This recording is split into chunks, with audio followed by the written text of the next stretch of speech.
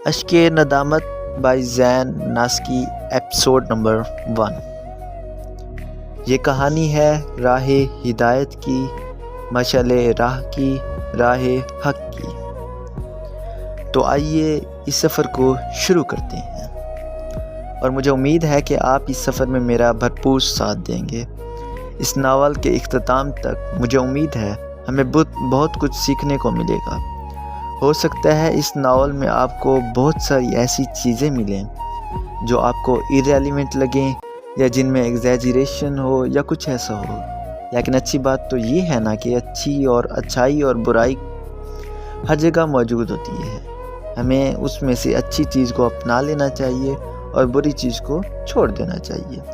تو میں امید کرتا ہوں کہ اس ناول میں جتنی اچھی چیزیں اور جتنی اچھی باتیں، جو لیسنز ہمیں سیکھنے کو ملیں گے، ان میں سے بہت ساری چیزیں اپنی زندگی میں امپلیمنٹ کرنے کی بھرپور کوشش کریں گے، اور جو برائی لگے انہیں اگنور کر دیں گے۔ اس ناول میں ایسے مومنٹس، ایسے سینز آ سکتے ہیں جو ہماری سچویشن سے بہت زیادہ میچ کرتے ہوں، اور اس چیز کو انڈرسٹینڈ کرتے ہوئے اپنی لائف میں امپلیمنٹ کریں تو اصل مزہ اس میں ہے۔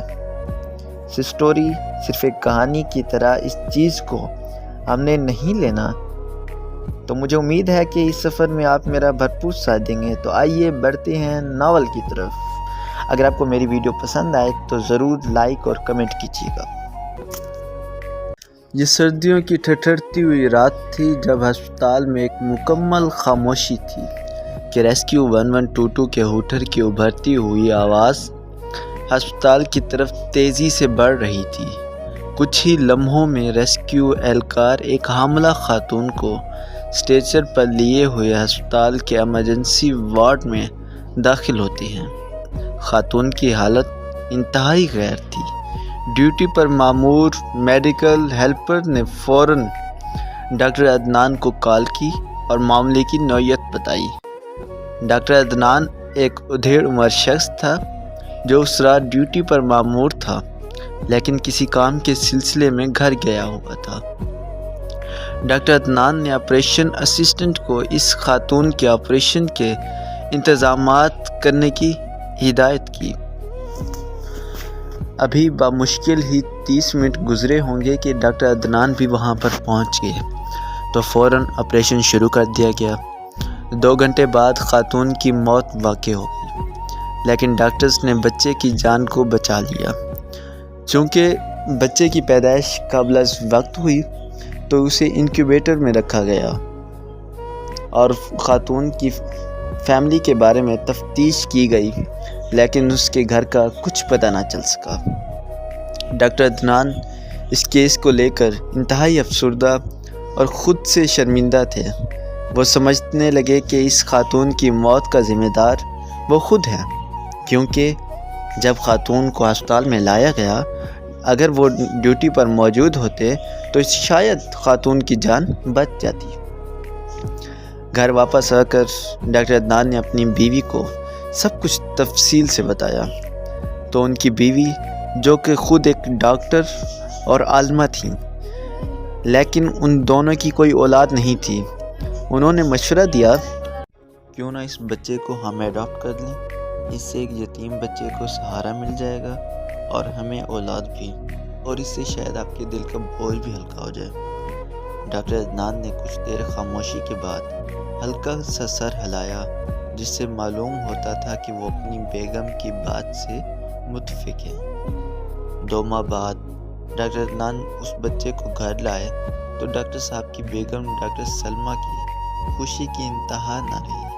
اس بچے کا نام لوئس رکھا گیا۔ ڈاکٹر صاحب نے بچے کو بہترین دینی و عصری تعلیم دلائی۔ بڑے ناز و نخرے سے بچے نے پرورش پائی۔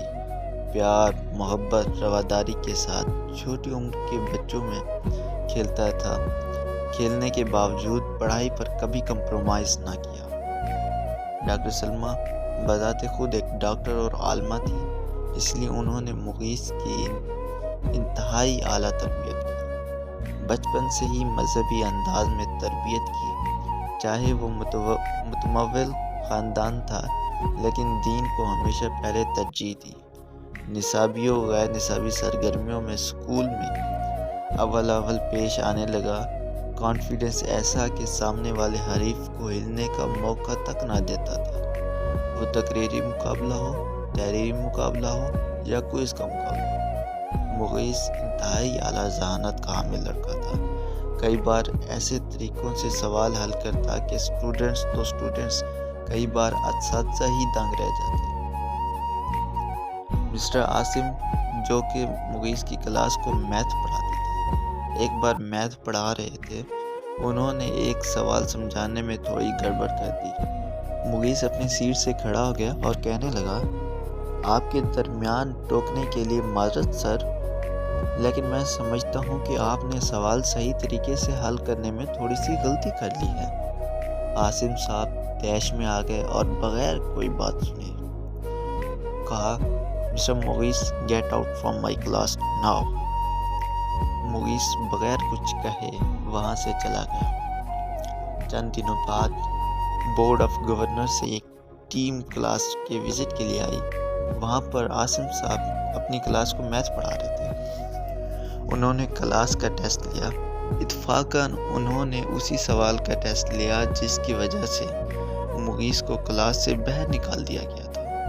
ٹیم میں سے ایک آفیسر نے وائٹ بورڈ پر سوال لکھا اور پھر کلاس میں بیٹھے ایک بچے کو وہاں بلوا کر سوال حل کرایا، جس نے اسی غلط طریقے سے سوال حل کیا جس طریقے سے عاصم صاحب نے سمجھایا تھا۔ اس سوال کا غلط جواب پانے پر انہوں نے یکے بعد دیگرے بہت سارے طلباء کو بلایا جنہوں نے اس غلط طریقے سے سوال حل کیا۔ آخرکار پھر ٹیم میں سے ایک اور آفیسر نے کہا، آپ سب میں سے کوئی ایسا طالب علم جو اس سوال کو صحیح طریقے سے حل کرنا جانتا ہو۔ مغیث نے فوراً ہاتھ کھڑا کیا، سر جی میں کرنا چاہوں گا۔ آفیسر نے شائستہ انداز میں کہا، بہت خوب، آؤ میرے بچے یہ سوال صحیح طریقے سے حل کرو۔ مغیث نے بڑے مطمئن انداز سے اس سوال کو صحیح طریقے سے حل کر دیا۔ آفیسر دیکھ کر حیران رہ گیا کہ پوری کلاس میں فقط ایک طالب علم کو سوال صحیح کرنے کا جواب آیا۔ انہوں نے پھر مغیث سے پوچھا، آخر کیا وجہ ہے؟ اکثریت کے جواب غلط ہیں جبکہ تمہارا جواب بالکل درست ہے۔ مغیث کی پہلی نظر عاصم صاحب پر پڑی جو شرمندگی کی وجہ سے نیچے دیکھ رہے تھے۔ مغیث نے بڑی دانشوری کا مظاہرہ کرتے ہوئے جواب دیا، سر عاصم نہایت ہی ذہین استاد ہیں، بلکہ میتھ کے ماہر ٹیچر ہیں۔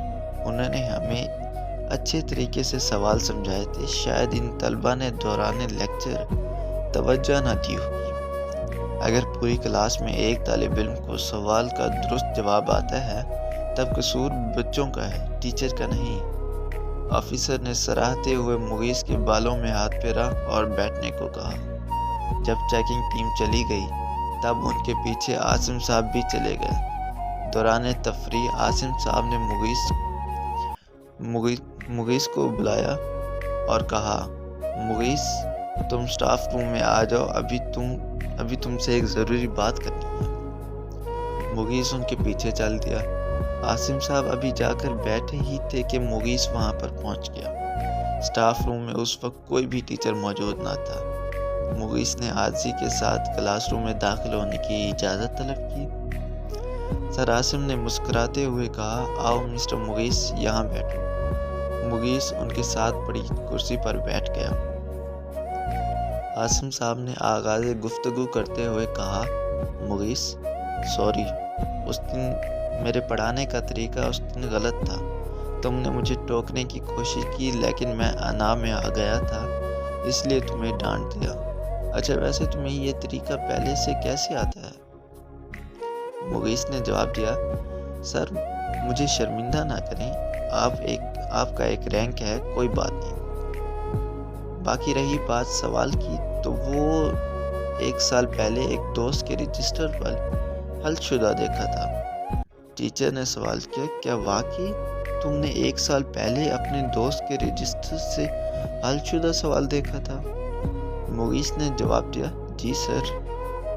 عاصم صاحب نے ہمدردی کے ساتھ مغیث کی پیٹھ پر تھپکی دیتے ہوئے کہا، مغیث میری دعا ہے اللہ پاک آپ کو دنیا و آخرت کی کامیابیاں عطا فرمائے۔ مغیث سر کا شکریہ ادا کرتے ہوئے واپس اپنی کلاس کی طرف چلا گیا۔